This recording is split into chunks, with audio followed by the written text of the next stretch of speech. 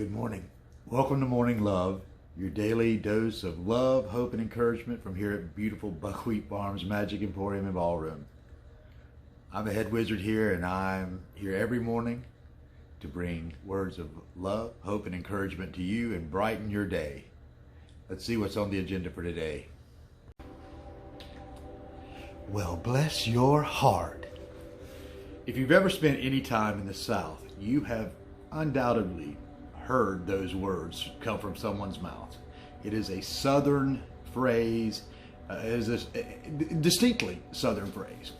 But unbeknownst to those outside the South, it has several meanings, from actually bless your heart to you're so stupid, or you poor thing. It kind of has a universal application. You often hear me close out pretty much every day with the word Namaste. What does that mean? It literally means the divinity in me acknowledges and recognizes the divinity in you. And why don't we live that way?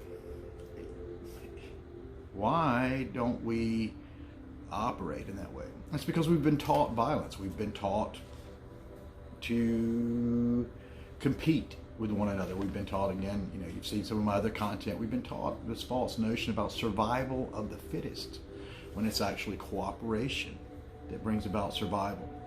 See, hitting, hurting, causing pain, on purpose, of course, they're learned behaviors.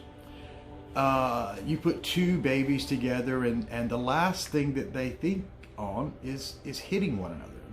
Those are behaviors that don't come naturally to us.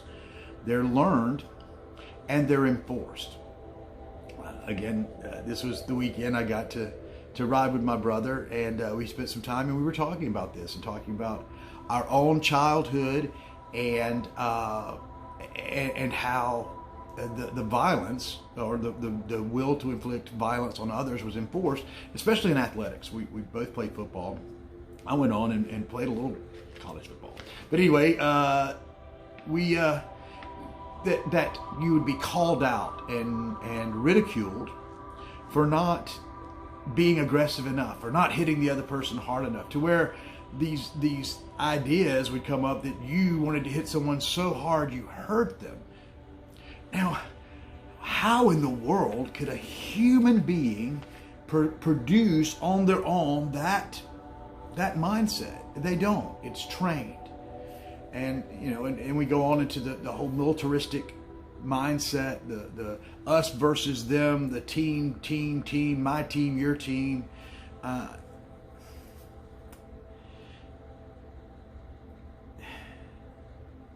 What about peace?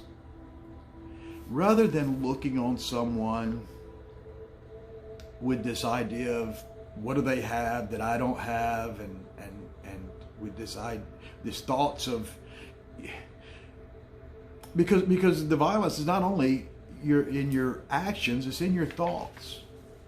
As a man thinks in his heart, so he is. When you're thinking those thoughts towards that other person, when you're thinking they're so stupid, or they're so this or that, you are influencing the environment. You are sending out your will. You are cursing others.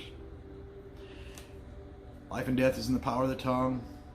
As a man thinks in his heart, so he is.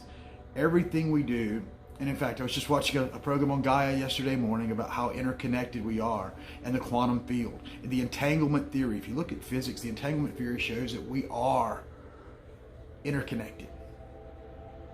So rather than initiate violence, rather than in word, thought, or deed, in this day, just in this day, walk in love. Initiate love.